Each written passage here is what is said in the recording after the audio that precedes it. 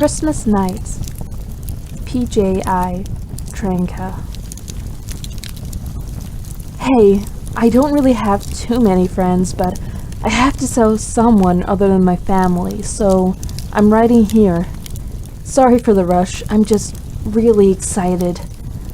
Christmas has sucked since I was 9 years old, but today will be different. Just some of my background. I'm 13 now, practically an adult woman like my mom. I live with her, my dad, my younger brother, and my grandma, and my family moves around a lot. We have ever since I was 9. We don't own a house and just stay in different hotels all the time. It's kind of nice to have room service and people coming in to tidy up the place, but to save on costs, as my mom tells me, we usually just get one room for the 5 of us, sometimes even taking in another person. My dad won't even spend money on extra beds, so 4 of us usually end up sleeping on the floor. I used to try to give my bed to my grandma. She's old and can't really walk too good, but the hotel staff gives me disapproving looks, like a young lady isn't supposed to be sleeping on the floor. Because of that, I usually take the bed when they're around.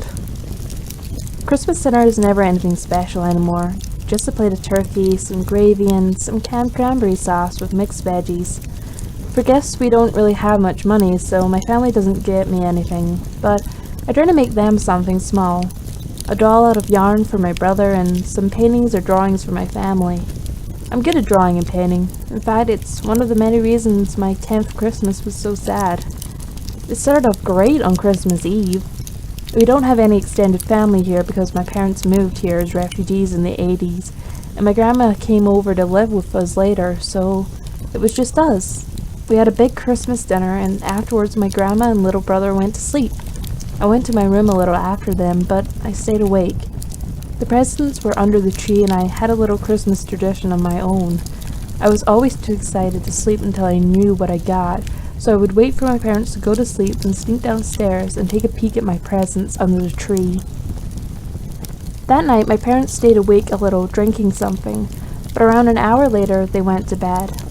I went downstairs, but it was pretty dark, so I found a candle. I took the matches off the kitchen counter and lit the candle so I could have a little bit of flickering light. We always got a real big tree and picked it a month or 2 before Christmas so we could get a good one. I crawled underneath and started looking at what I got this year. My parents were never really good at wrapping presents, so I would be able to carefully peel the paper back and see what they got me before putting it back and pretending like I had no idea the next morning. That night, I took a look at my presents. They got me a huge drawing book, an easel, and a set of paint, colored pencils, and pastels. I loved art, so I was super excited. I needed to run around.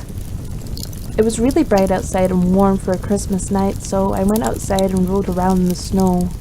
I sat outside in the flickering light for hours, thinking about what the next morning would be like. But unfortunately, I never got to open the presents. My family and I moved early in the morning and we never went back. That's why I hated that Christmas.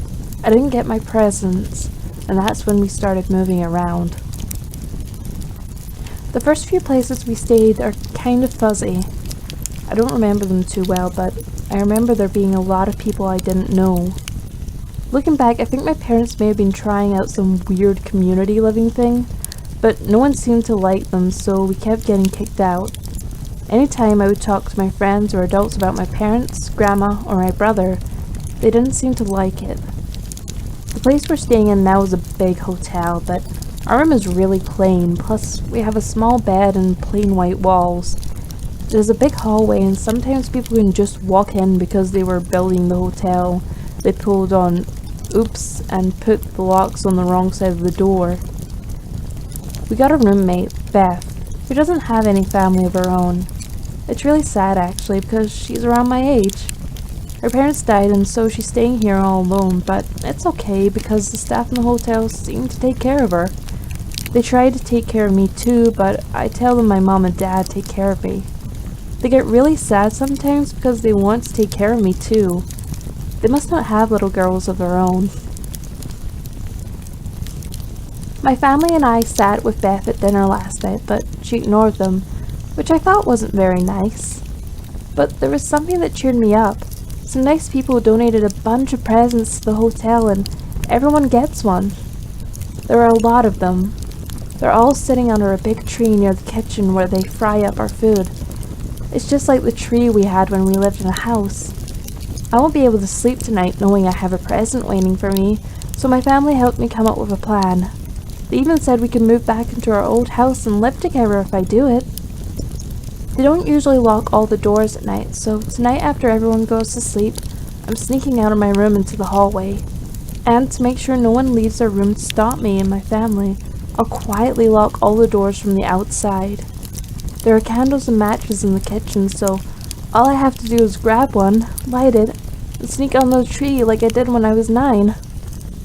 They told me that once I hold the candle up, a big warm light will come and take me home.